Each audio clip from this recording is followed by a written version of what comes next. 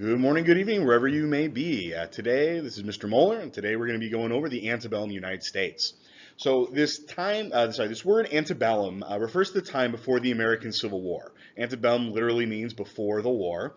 And so what we're looking at here is how America is changing after the War of 1812 up to the American Civil War. And a lot of things are changing in the country that are going to cause a lot of conflicts. We have new states in the West, which is going to create new issues for the country. The era of good feelings comes along and actually gets rid of the party system. And so what you're going to have to see later is where these new political parties are going to come from. The West now exists as a distinct part of the country with their own ideals and beliefs. Voting rights are going to be expanded, and more Americans are going to participate in democracy. But underpinning all of this is going to be kind of the issue of slavery as America expands west. In terms of economics and how people are living, technology is changing everything. The Industrial Revolution is underway. Machines are replacing human labor. There are new inventions. There's factories now. And all of this is going to be kind of underpinned by transportation technology, trains, steamboats, rail, national road systems, national rail systems. And all this is actually made a lot easier by changes in economic life, changes in the way that you have a business. And so America passes new corporation laws, which actually makes it very easy to start a business, to sell shares of stock in that business, and ultimately to feel like you can take the risk to start your own business. And so all of this is changing the North tremendously. And to help this out, the American government for the first time really gets involved in America's economy. And this is called the American system. It's kind of pioneered by these two guys, Henry Clay, John C. Calhoun. Going to meet them a little bit later in the story. So we start with this idea of a protective tariff. You guys know that tariffs are going to reduce trade, but they protect domestic industry. And so that was the point of this. New American industries are emerging, so we need a tariff to help them compete against countries like Great Britain, who are kind of ahead of the Industrial Revolution. They also bring back the Second National Bank to provide kind of stability in currency, stability in loans, and they're going to also use the federal government to start building a system of roads, canals, all sorts of transportation. And so this is where the federal government really gets involved in the building of America's infrastructure. And so they're going to unite the country with infrastructure. So infrastructure is like roads, electrical wires, all sorts of things that kind of everyone uses, like utilities. The War of 1812 had proven like the need for a national bank. They were broke during the war, it hurt them, and so they brought it back. New industries are being developed, and so they want to kind of have that. And also, too, the federal government needs more money to pay for all this. So the tariff is going to be a great way to get that money. So if you're interested in engineering, this is the time in which the Erie Canal is built. And so Erie Canal is 363 miles of canal that was dug with not the greatest technology. So if you're into engineering, check out the Erie Canal. It's a really cool story of human achievement. So what ends up happening in the northern states is their economy begins to shift kind of ever so slightly year by year. The Industrial Revolution brings on factory life. And factories are built in cities, near kind of major waterways, near infrastructure. And so kind of the creation of textiles, clothing, lumber, and all these factories, these are actually what creates the cities. People move to the cities to take advantage of these jobs. And so by 1850, America has 8 large cities. I know 100,000 doesn't seem large by today's standards, but at this time in America, those are very big cities. The first kind of company towns where just an industry builds the factory and then the houses was in Lowell, Massachusetts, the Lowell Mills. And they were also one of the first companies to really recruit and hire women. But kind of, even though industry is picking up, most people in the North, they're still farming. It's still the dominant way of life in America, at least for, up until the American Civil War. And in the North, free enterprise and competition, that capitalism idea, that encourages a lot of people to try new technology, to innovate, as well as a lot of people just to start businesses to take advantage of all of this change. But in the South, the cotton gin, as we looked at earlier, is going to keep everything pretty much the same. The Southern economy is going to be 100% reliant on plantation-style agriculture, of growing massive amounts of things like cotton and tobacco and selling them overseas. And so that is the big deal. Cotton is in huge demand, especially in Europe. Europe is all about the textiles. They're making all sorts of new fashions, and so they need cotton. And so by this American Civil War, cotton actually made up almost kind of 70% of everything America was selling to other countries. 70%.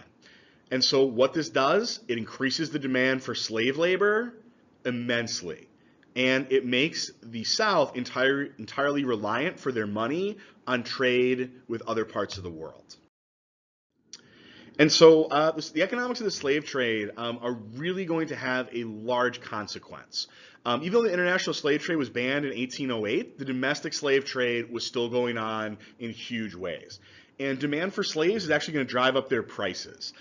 In 1800, the average price of a slave was about $600. By 1860, it was $3,000. And it's in this time when they're not bringing any new slaves in that all those laws are going to be passed, kind of making slave status tied up in race, making children slaves for life. And all of this combines to increase the number of slaves from under 1 million in 1800 to 4 million by 1860. And so economics explodes slavery in the South, and it creates a massive conflict with the North. And so what you have here is two economies going different ways. North is moving towards industrialization, still mostly farming, but they're moving in that direction. Immigrants, cheap wage labor is going to be more important in the North than slavery in the South. And so the South, they're not going to have industries. They're going to stick with cotton, they're going to stick with plantations, and eventually that's going to cause an awful lot of showdowns leading up to the American Civil War. So we talked a lot about politics, we talked a lot about other things. So I just want to bring up a couple of cultural items that are going to be big in this era. One is religion. There's something called the Second Great Awakening, in which Americans become much more religious than they had been previously. And these were large meetings. Traveling preachers would have, massive meetings in huge tents, give speeches kind of town by town. And so what this all emphasizes is kind of that God is personal. That individual free will to choose salvation makes that person strong. And so the message is very optimistic. It's very kind of ordinary, like you can be close to God. It's emotional. It's not rational. And it really does kind of help manifest destiny take root in this idea that America is about kind of a God-chosen nation. But kind of one of the interesting consequences of the Second Great Awakening is as religious life became more important, women's roles actually expanded. Religion was one of the parts of life that women were considered to be, especially, good at in this time. And so they actually were able to work their way into a lot of kind of leadership positions within this movement. Which kind of brings us to what is holding women back in this era. So kind of in history, gender roles have been very, very distinct. And this is true in America kind of really up until really the modern era post-World War II. And so the original American ideal about being a woman is called true womanhood. That a true woman wants to be in the home with her family. And so this idea also got wrapped up in patriotism, called Republican motherhood, in which basically, the role of a mother was to raise good citizens. And so the mother was important because she created the next generation of Americans. But really, kind of what this ends up being is a cult of domesticity. This idea that kind of home life, the domestic sphere, was the kind of proper place for women, and that you should separate the home from work. And so the man goes to work, the woman stays in the home. And really kind of this comes from kind of a condescending attitude. The idea that the world was, too corrupt, too dangerous for women, that women were too virtuous and moral to be out in a corrupt world. And so this really was limiting for a lot of women in these early generations of American history, that kind of narrow role. And so what ends up happening is a couple of things are going to change. One, women are going to go to work in larger numbers than ever before in these new factories. Once you have economic freedom, once you can pay for things yourself, you don't have to rely on anybody else. And so therefore, you gain an extra level of freedom. They step up into religious leadership roles. The anti-slavery movement is actually a really big place where you see women leaders emerge. Most of the leaders of the women's rights movement in this early time, they're going to be also deeply involved in the anti-slavery movement. But legally, women face unbelievable hurdles. They're denied suffrage, the right to vote. Coverture laws in many states mean that women that are married do not have any property rights. Everything belongs to the husband. You have no legal rights. There was also a lot of laws limiting women's ownership of property. They lacked kind of a lot of equal rights in the court system. And perhaps most importantly, they were denied access to education. The kind of education that would get you into professions like being lawyers, doctors, all of those types of things. And so women are going to have to really break through a lot of barriers in order to get where they are today. And these three women, Lucretia Mott, Susan B. Anthony, Elizabeth Cady Stanton, they're really considered the first major organizers of the women's rights movement in America. You guys are going to read a lot more about them in one of our upcoming assignments. So what these women do is they actually turn true womanhood on its head. And this is kind of really successful. They argue that, like, well, if women are better, if women are virtuous, moral, then why shouldn't women be involved in public life? Because wouldn't they necessarily make everybody else more, moral? And so this was a good argument, and they kind of kept it up. And women are going to keep lobbying for almost 100 years before they're going to get the right to vote. But a major moment in the story is 1848. Seneca Falls, New York, women as a group, kind of people who are down for this movement, meet for the first time. So now it's no longer one person, two people, three people writing letters. Now it's an organized movement. And so this movement is going to kind of take a step back during the American Civil War, but then for all that women accomplished during that Civil War, they're going to push for the equality that they believe that they deserve. And so this is kind of the kickstart of that movement, and it's happening kind of slowly but surely kind of across the nation. So at this point, if you're going to take a break, go ahead and take a break, because we're about to get into some political fighting in the end of the era of good feelings.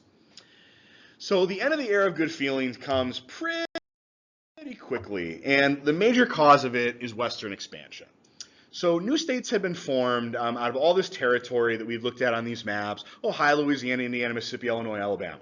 So now we have 22 states, 11 that have slavery and 11 that are free. This is problematic because they're all even now. But in 1820, Missouri wants to become a state. And this becomes extraordinarily controversial because this will unbalance the number of free and the number of slave states. And by this point, even as early as 1820, the North and the South do not trust each other. The free states don't trust the slave states don't trust the free states, nobody trusts each other. And so when Missouri applies for statehood, there's a huge debate. Should slavery expand westward? No one is talking about banning slavery down in Virginia. But they're wondering, should we be spreading slavery to the West? Or should the West be a place for just settlers, free people? And they also were upset because this would mean that slave states would have more votes in the U.S. Senate, because they would have one more state than the free states. And so they end up coming up with is this compromise that really doesn't solve anything except in the moment. So Henry Clay, he's going to be known as the Great Compromise. He's going to be big in this story. He's a Speaker of the House of Representatives, very powerful guy. And so what they imagine is they come up with a new state. What is now Maine used to be a part of Massachusetts. And so Maine breaks away and forms a new state, Maine, and then enters as a free state. So now we have 12 and 12. But the real controversial thing that's going to end up happening is that they draw a line on the map. This is the compromise line. In theory, everything north of that line, except Missouri, is going to be free. Everything south of that line is going to be slave. And the idea was this will solve it for all time. We'll never argue about it again. We'll just look at the map, look at the line, and it'll all be fine. But it doesn't solve the problem at all. Americans, as they draw this line, they're looking towards war with Mexico. And the slave holders are going to be very, very eager for America to go to war with Mexico for that reason. The North is going to try to go around this. The South is going to try to go around this. Everybody's going to break this compromise, and it's going to make everything worse. At the time, it made sense. In 10 years, it'll no longer make any sense at all. Which brings us to the return of party politics. Woo, yeah. So in 1824, four guys run for president and have a pretty decent chance of winning. There's not just two big political parties, there are four men running, and none of them wins the election. You have to win 51% in order to win the election. None of them do. And so what happens if no one wins the Electoral College, the election, then the House of Representatives actually gets to pick the president. Whoa. And so what ends up happening is this. Andrew Jackson was running for president, and the other three guys really disliked him. Andrew Jackson was seen as too brash, all this sorts of stuff, and you'll learn about that in just a couple minutes here. And John Quincy Adams, son of John Adams, and Henry Clay get together, and they say, we have to prevent Jackson from being president. I think he's dangerous as president. So Henry Clay, as the Speaker of the House, influences his people to pick Adams and not Jackson as the president. But Adams only won 31% of the vote. Jackson won 43%. And so basically Jackson won the election, he got the most votes, and he did not become president. And in exchange for his help, John Quincy Adams, as president, appoints Henry Clay to the government as Secretary of State. So Jackson followers call it a corrupt bargain, and they swear revenge on Henry Clay and John Adams for the crime of stealing the presidency.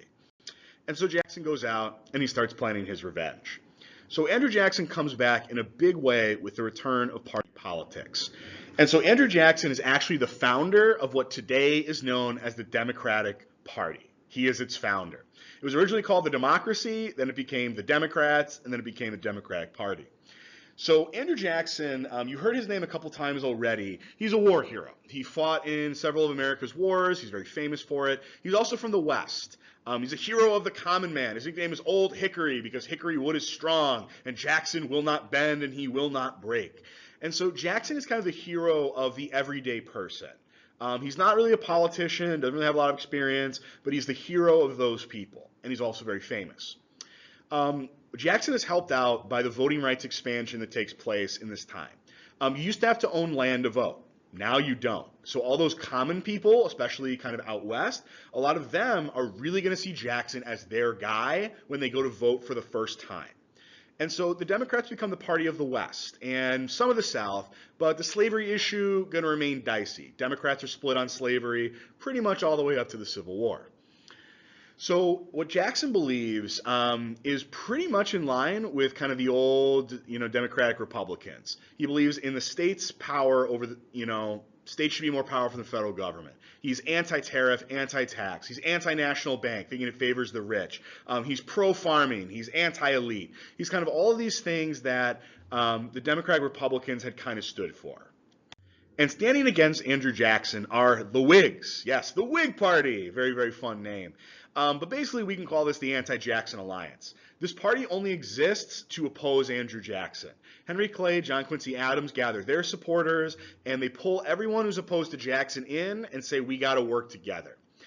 This party is going to be the North, especially the urban Northeast. It's the party of New York City. It's pro-banking, pro-manufacturing. It's kind of pro-technology. It's really looking towards a future that's going to look a lot different than the past. And so because of this, they believe the federal government needs to be powerful, American system, all that stuff. They're pro-tariff. They want to help industry. They're pro-bank, pro-industry.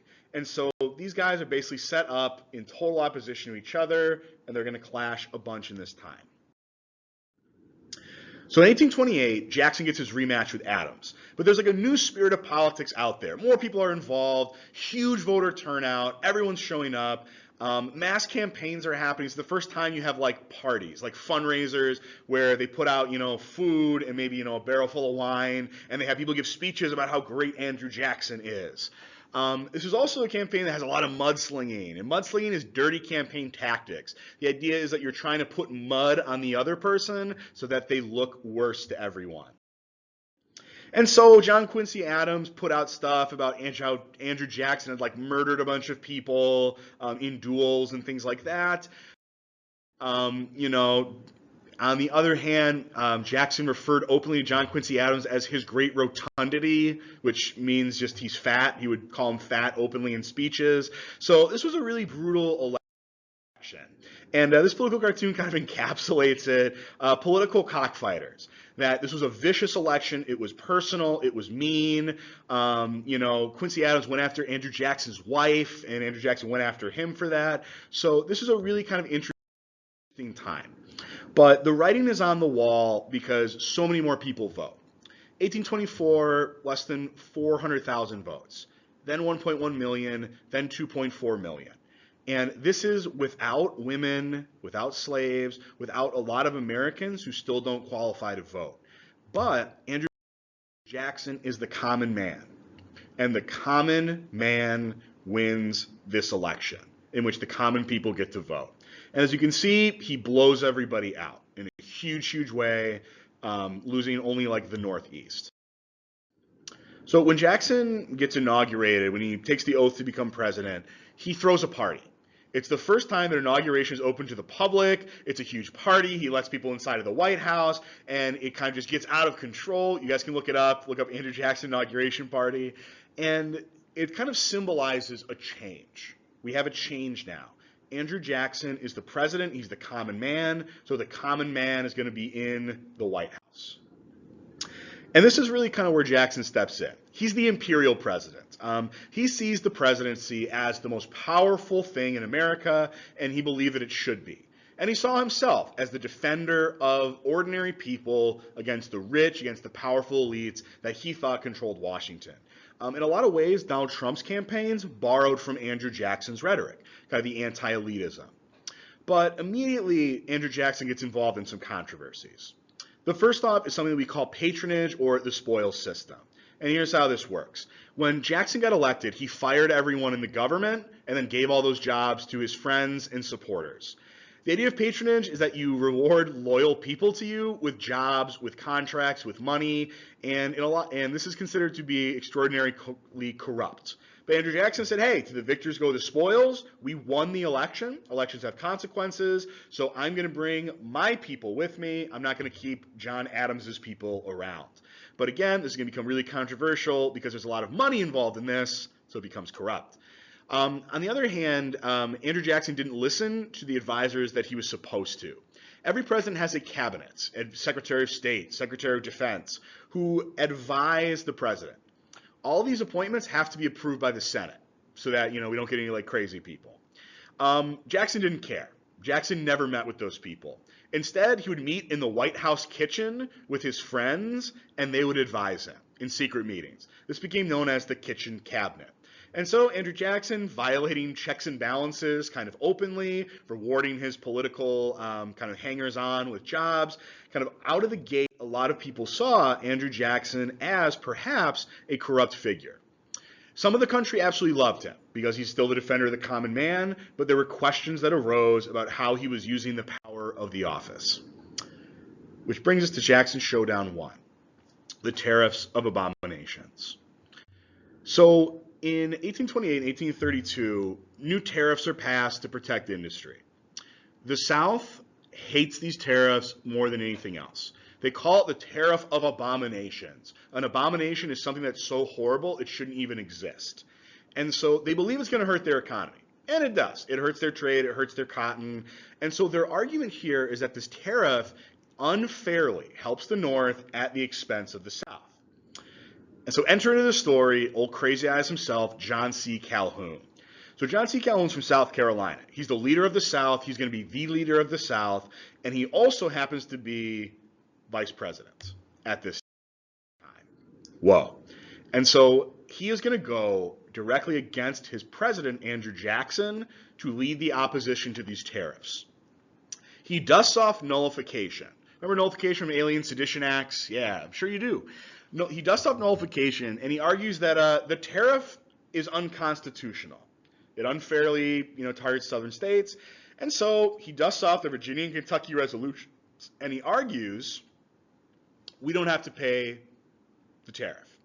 South Carolina declares they're not going to pay the tariff, and if the government tries to make them, they threaten to secede. They threaten to leave the United States.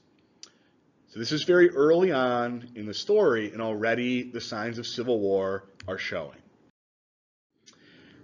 Well, Andrew Jackson was not going to be intimidated. He saw this as treason, and he passed the force bill. He demanded that a law be passed allowing him to invade South Carolina and collect the tariffs. He was willing to go to war to keep the federal government together. Whoa. At this time, Henry Clay steps in as the compromiser in the middle of these two guys, and they compromise that the tariff will lower over time. South Carolina backs off, Jackson doesn't invade, but the problem is there. Can a state leave the Union? Can a state defy the federal government? And what will that federal government do when it happens? It's very early on in the story. And since I love Andrew Jackson quotes, here are my favorite ones from the nullification crisis.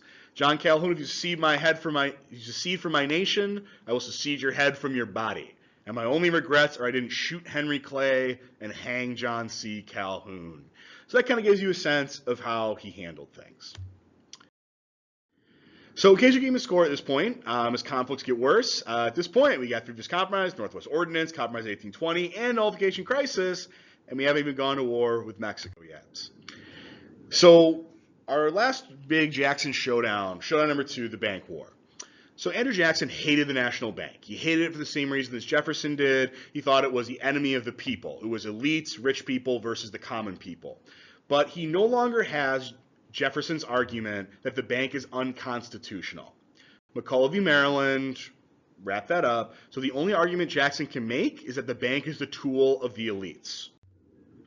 And so the bank war begins.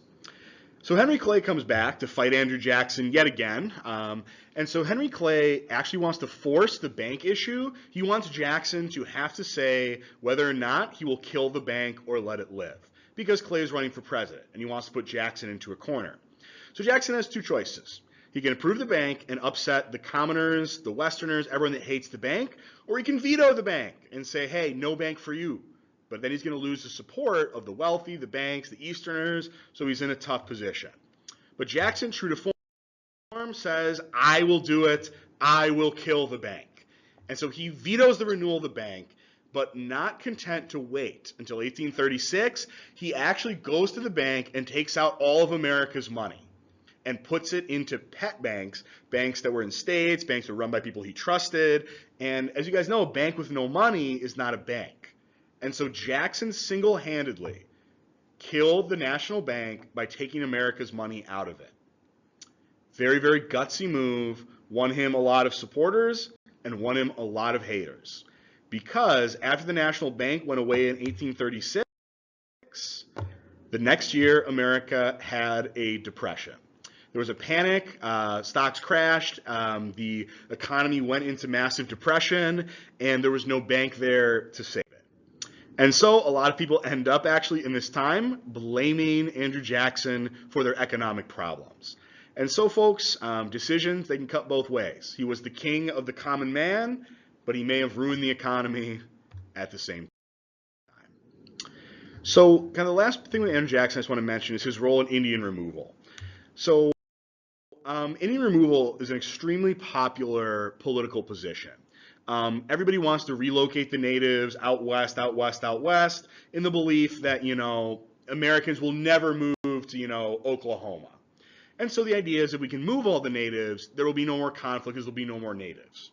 And so this idea is very popular, and Andrew Jackson is an advocate of it. Andrew Jackson personally is interesting because he adopts an Indian boy as a son, all sorts of interesting stuff. But when it comes down to it, Congress passes a law in 1830 calling for the removal of all of the natives who are east of the Mississippi. A lot of these tribes just leave on their own. But one tribe fights. The Cherokee resist by suing the federal government. They sue Georgia, the state. And so they sue Georgia, and in this case, Worcester v. Georgia, the Cherokee tribes, who were considered a civilized tribe. Many of them spoke English, they wore American clothing. They sued the state over this removal, and they won. The Supreme Court of the United States said, hey, you cannot forcibly remove them from this land. It's unconstitutional based on the treaties and the laws that exist. So the Cherokee actually win at the Supreme Court. But it doesn't matter. Jackson was quoted as saying, Chief Justice Marshall has made his opinion, now let him enforce it. And so, basically, Jackson defies the Supreme Court. He says, hey, we are going to do this Indian removal, whether you like it or not. And the public kind of stays silent, as do the other branches. And so this violation of separation of powers comes with consequence. And the next president who takes over from Jackson is basically going to follow his lead, and he is going to be the person that initiates the Trail of Tears. And so this Trail of Tears, Indian removal, it's part and parcel of the politics of the era. And the impact of this removal is still felt today. Reservations still have the highest crime rates, lowest kind of outcomes, incomes. And so kind of all of this is to say that Andrew Jackson's legacy is mixed. He's the $20 bill guy. And a lot of people don't like Andrew Jackson because of his controversies. Spoil system. He was a slavery supporter. He wanted Texas to break away from Mexico. He also used the presidency forcefully in a lot of ways, ignoring the Supreme Court, killing the bank, having his kitchen cabinet. And so all of this stuff is controversial about Jackson. But on the other hand, he's iconic. He was the first American who was a common person. He involved a lot of ordinary Americans in politics. He kept the nation together and didn't let it go to civil war. His time as president was prosperous. He was president from the West. His parents were immigrants. He grew up poor. He was personally kind of courageous and heroic, or reckless, if that's the word you want to use. And so, in a lot of ways, Jackson is both hero and villain in this era of history. But here's what we know: at the end of this era, conflicts over slavery and the Constitution have gotten worse. Politics has changed. More participation for Americans in politics. The West is now important. And there's an increase in the power and the role of the presidency. And all of these things kind of come together to form what will become the United States of America, both up to and after the American Civil War.